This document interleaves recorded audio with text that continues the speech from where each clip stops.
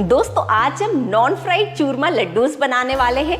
Generally ये जो चूरमा लड्डूस है ना, उनको फ्राई करके बनाया जाता है, लेकिन हम ऐसा बिल्कुल नहीं करेंगे।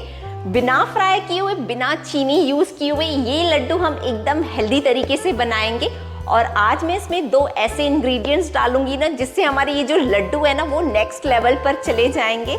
और अभी बहुत सारे त्यौहार भी आ रहे हैं, भगवान को भोग लगाने के लिए भी ये लड्डू एकदम परफेक्ट है। या घर में आपको मीठा खाने का मन करे तो भी ये लड्डू बहुत ही डिलीशियस लगते हैं। और रेसिपी भी एकदम आसान है, तो चलिए फटाफट से शुरू करते हैं। दोस्तों आज हम चूरमा के लड्डू बना रहे हैं, और जो चूरमा के लड्डू होते हैं वो गेहूं के आटे से ही बनते हैं। तो यहाँ पर मैं 2 कप भर के गेहूं का आटा यूज कर रही हूँ। और आप देख सकते हैं ये नॉर्मल गेहूं का आटा है, जिससे आप चपातियां बनाते हैं, बस वही वाला आटा लेना है हमें। आपको कोई अलग से आटा पिसवाने की, मतलब मोटा आटा पिसवाने की जरूरत नहीं है। और ग्राम्स में मैं आपको बताऊं तो ये 250 ग्राम्स आटा है। आटे में हमें अब डालना है 2 चुटकी नमक की। अब आप सोचेंगे बन रहे हैं लड्डू और नमक क्यों जा रहा है इसमें। दोस्तों कोई भी मीठी चीज में अगर आप थोड़ा सा नमक डालेंगे ना, तो वो आपकी मीठी जो रेसिपी बन रही है उसका टेस्ट एनहांस हो जाएगा।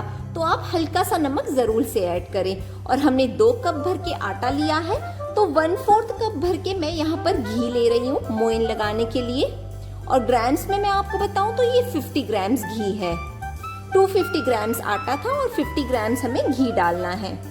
अब हमें घी और आटे को बहुत ही अच्छे से मिक्स करना होगा। मतलब ये जो मोइन है ये आटे के रेशे रेशे तक जाना चाहिए, तभी आपके लड्डू अच्छे बनेंगे। और दोस्तों आज हम ना नॉर्मल गेहूं का आटा ले रहे हैं, स्टिल हमारे जो लड्डू है ना वो एकदम दानेदार बनकर तैयार होंगे। वो आगे मैं आपको बताऊंगी कि कैसे करना है हमें इनको दानेदार। इस तरीके से आप मसल कर देखिए, आप दोनों हाथों से इस तरीके से मसल कर आटे के रेशे रेशे तक ये आपको मोइन लगाना है।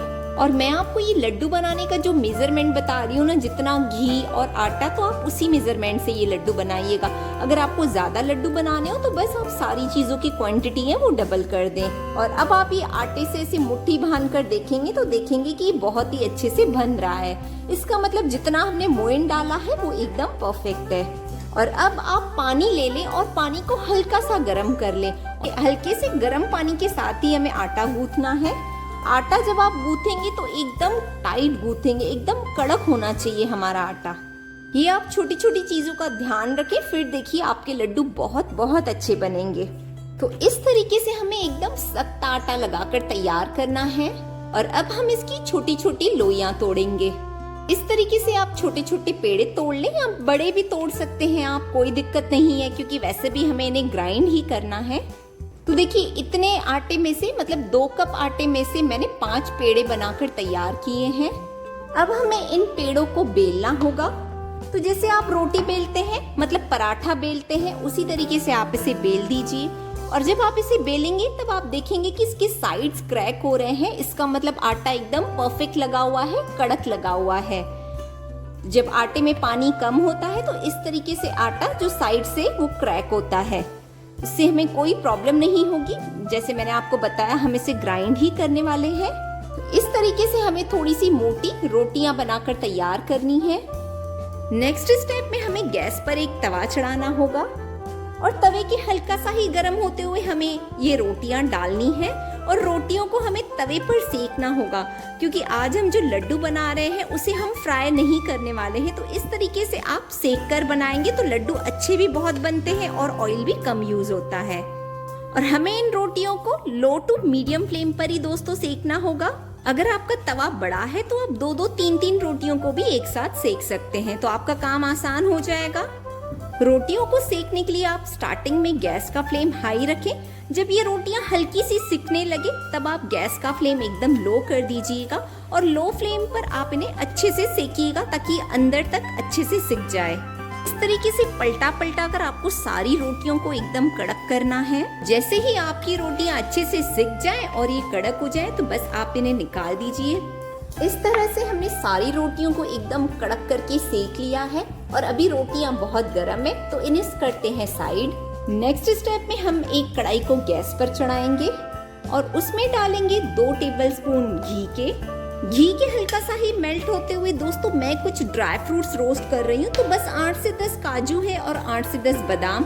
आप चाहें तो ड्राई फ्रूट्स स्किप भी कर सकते हैं या अपने चॉइस के अकॉर्डिंग दूसरे ड्राई फ्रूट्स भी यूज कर सकते हैं।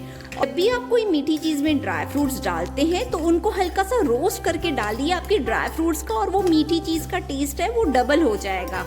तो बस 1 मिनट में ही हमारे ड्राई फ्रूट्स रोस्ट हो जाएंगे। ड्राई फ्रूट्स हमारे जैसे ही रोस्ट हो जाते हैं तो उन्हें निकाल देंगे। और आप सोच रहे होंगे कि इतने सारे घी में मैंने क्यों ड्राई फ्रूट्स रोस्ट किए हैं, कि ये घी हम यूज करने वाले हैं। और अब हम इस घी में करेंगे सबसे इम्पोर्टेंट स्टेप जो हमारे लड्डुओं को दानेदार और खुशबूदार बनाएगी। और ये स्टेप शायद ही आपने पहले कभी देखी होगी। तो आप गरम गरम घी में सबसे पहले 2 टेबलस्पून भर के हमें बेसन डालना है।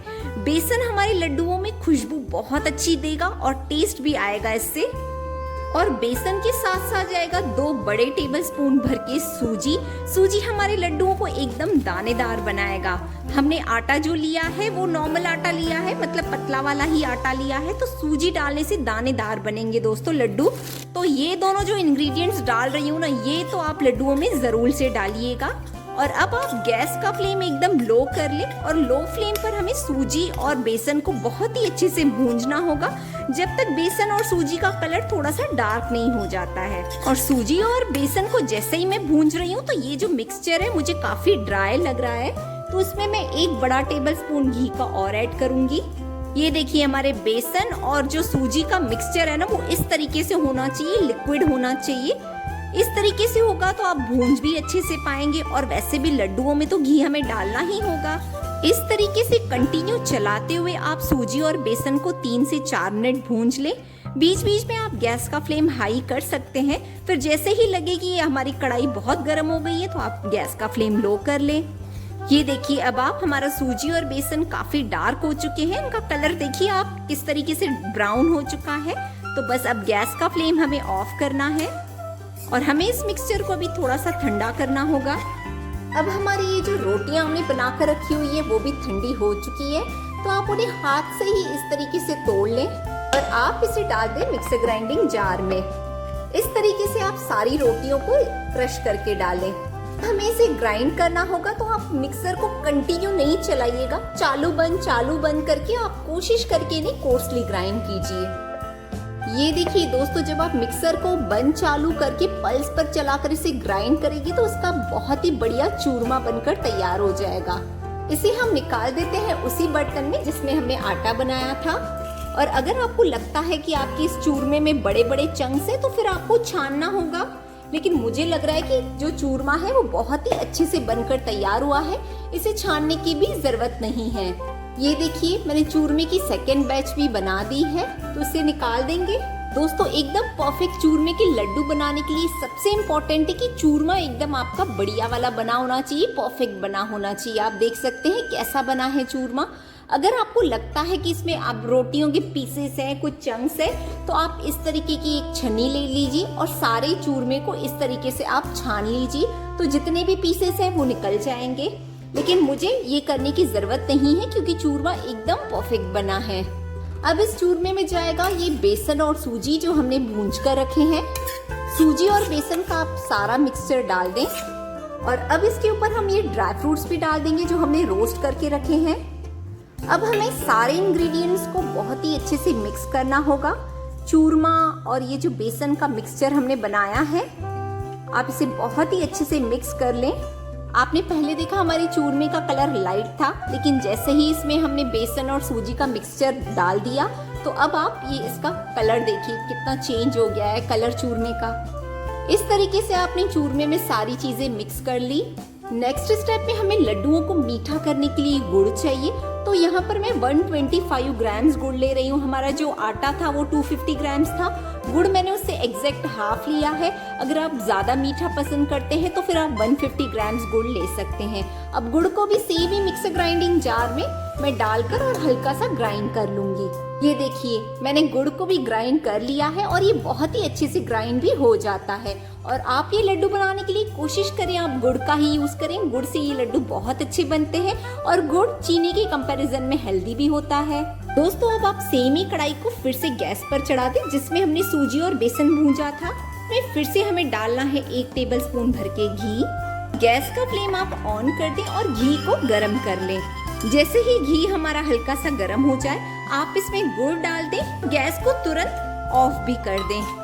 अब हमारा जो घी है वो गरम है, तो उसके साथ गुड़ है वो मेल्ट हो जाएगा। आप गुड़ को कंटिन्यू इस तरीके से चलाते ही रहें ताकि गुड़ सारा मेल्ट हो जाए। ये देखिए, बस गरम घी था, उसमें पूरा गुड़ अच्छे से मेल्ट हो चुका है क्योंकि गुड़ ऑलरेडी ग्राइंड भी था। अगर आपको लगता है कि गुड़ मेल्ट नहीं हुआ है तो आप गैस का फ्लेम हल्का सा ऑन कर लें, हल्का सा गुड़ को गरम कर लें और फिर ऑफ कर लें गैस। दोस्तों, आपको गुड़ को पकाना नहीं है। अगर आप गुड़ को पकाएंगे तो गुड़ कड़क हो जाएगा और हमारे लड्डू कड़क बनेंगे। तो बस हल्के से गरम घी में ही गुड़ को पिघलाना है।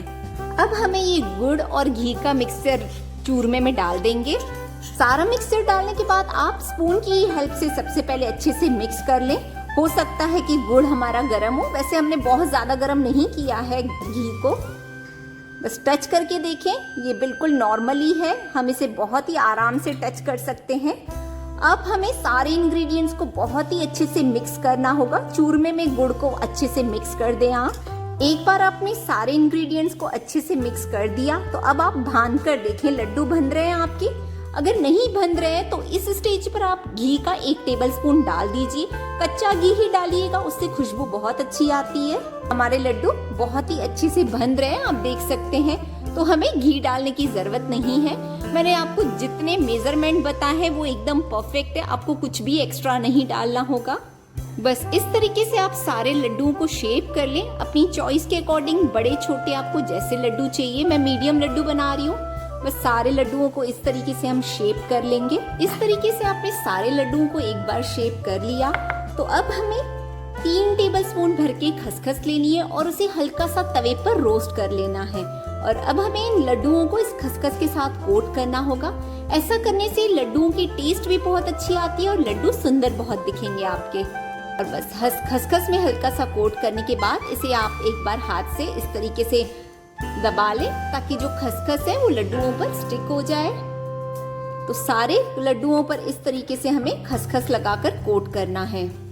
दोस्तों, इस चैनल पर मैं वैरायटीज ऑफ रेसिपीज और DIY शेयर करती हूँ, तो अगर आपको ये चैनल यूजफुल लगता है तो आप इसे सब्सक्राइब कर दीजिए ताकि मेरी सारे नए वीडियोस आप तक टाइम पर पहुँचते रहे।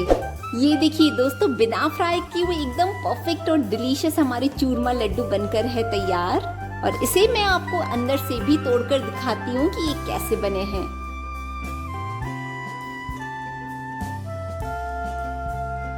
अंदर से एकदम दानेदार है और ये लड्डू बहुत ही डिलीशियस बने हैं। जैसी मेजरमेंट बताइए बिल्कुल आप उसी मेजरमेंट से ये लड्डू बनाकर तैयार कीजिएगा, आपको बहुत बहुत पसंद आएंगे।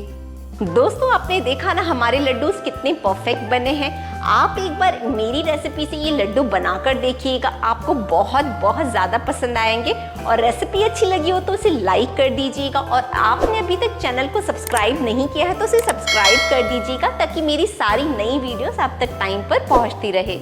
मिलती हूँ आपसे अपने अगले वीडियो में, तब तक आप अपना बहुत सारा ध्यान रखें, स्वस्थ रहें और खुश रहें।